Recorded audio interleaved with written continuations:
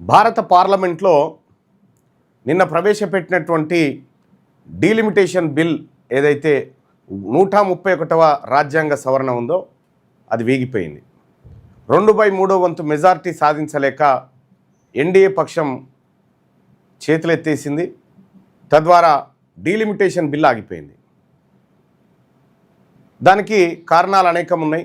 విపక్షాలు చెప్పేటువంటి కారణాలు కానీ ఇతర కారణాలు కానీ అనేకం కనిపిస్తాయి మనకు. ఇక్కడ మనం గమనించాల్సినటువంటిది ఏంటంటే ఎన్డీఏ పక్షం నేతలంతా మహిళా బిల్లును అడ్డుకున్నారు, మహిళలకు రిజర్వేషన్ అడ్డుకున్నారు అనేటువంటి మాటలు చెప్తా ఉన్నారు. చాలా హాస్యాస్పదం. మహిళా రిజర్వేషన్ అడ్డుకోలే, మహిళా బిల్లు ఆగిపోలే. మహిళా బిల్లు 2023 సెప్టెంబర్ 23నే పాస్ అయింది. సెప్టెంబర్ 28 తారీఖు నాడు రాష్ట్రపతి గెజెట్ మీద సంతకం చేసి అయిపోయింది. మహిళా రిజర్వేషన్ బిల్లుకి ఏం డోకలేదు, ఆగిపోయిందల్లా డీలిమిటేషన్కి సంబంధించినటువంటిదే. సో ఈ డీలిమిటేషన్ కథ ఏంది, డీలిమిటేషన్ ఎందుకు బీజేపీ మహిళా బిల్లుతో ముడిపెట్టింది, దాని వెనకాల ఉన్నటువంటి కుట్రా కుతంత్రం ఏంది, ఎందుకు ఇండియా కూటమి పక్షాలు దాన్ని వ్యతిరేకించినాయి అనేటువంటి కొన్ని అంశాలు ఖచ్చితంగా చూడాల్సినటువంటి అవసరం ఉంది. భారతీయ జనతా పార్టీ నాయకులు చెప్తా ఉన్నారు చాలామంది, అరే మహిళలకు రిజర్వేషన్ ఇస్తుంటే ఇండియా కూటమి వాళ్ళు అడ్డుకున్నారు, విపక్షాల వాళ్ళు అడ్డుకున్నారు అనేటువంటి మాట చెప్తా ఉంటే చాలా గమ్మత్ అనిపిస్తూ ఉంది. వాస్తవానికి మహిళా రిజర్వేషన్ బిల్ పాస్ అయి రెడీగా ఉంది. కొత్తగా మహిళా రిజర్వేషన్ బిల్లుకు చేయాల్సింది ఏమీ లేదు. అయితే డీలిమిటేషన్ను అన్ని రాష్ట్రాలకు 50% సీట్ల పెంపు తోటి ముడిపెట్టి ఈ పెరుగుతున్నటువంటి సీట్లు ఏవైతే ఉన్నాయో ఈ మహిళా కోట కింద కేటాయించాలనేటువంటి ఒక దుర్మార్గమైన ఆలోచన భారతీయ జనతా పార్టీ ఎన్డీఏ కూటమి చేసినటువంటి కార్యక్రమం. అది వాస్తవం ఏందో తెలుసుకోకుండా వట్టిగానే మనం మాట్లాడడం కూడా సరికాదు. ఇప్పుడు భారతీయ జనతా పార్టీ మహిళలకు రిజర్వేషన్ మహిళలే చూసుకుంటారు, మహిళలే ఇండియా కూటమి పక్షం ప్రజల సంగతి చెప్తారు. ఎప్పుడు పాస్ అయిందా మహిళా బిల్లు?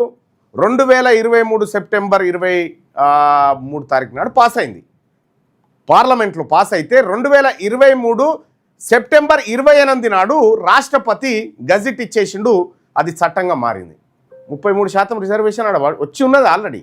లోక్సభ తర్వాత రాష్ట్రాల అసెంబ్లీలో 33% మహిళలకు ఇవ్వాలని బిల్లు వచ్చేసింది.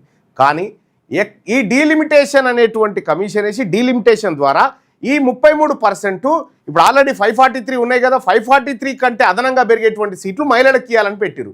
మరి ఉన్న దాంట్లో ఇస్తే ఎవడొద్దనడా? ఇప్పుడు ఆల్రెడీ 543 ఉన్నాయి కదా, దీంట్లో ఇవ్వడానికి మీకు నొప్పి ఏమొచ్చింది? మరి మహిళలకు ఇవ్వడానికి నిజంగా భారతీయ జనతా పార్టీకి మహిళల మీద ప్రేమ ఉంటే ఇప్పుడున్న 543 సీట్లలో 33% సీట్లు మహిళలకు ఇవ్వడానికి మీకు నొప్పి ఏంది? మీ సీట్లు పోతాయని మీ బాధ.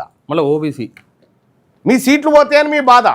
రెండో అంశం ఏంటంటే ఈ పెరుగుతున్నటువంటి 33% రిజర్వేషన్ ఏదైతే మహిళలకు ఉందో అందులో మా బీసీలు లేరు. మా బీసీలకు లేని రిజర్వేషన్కు మేమెందుకు సపోర్ట్లు కొడతాం, మేమెందుకు ఆగమవుతాం?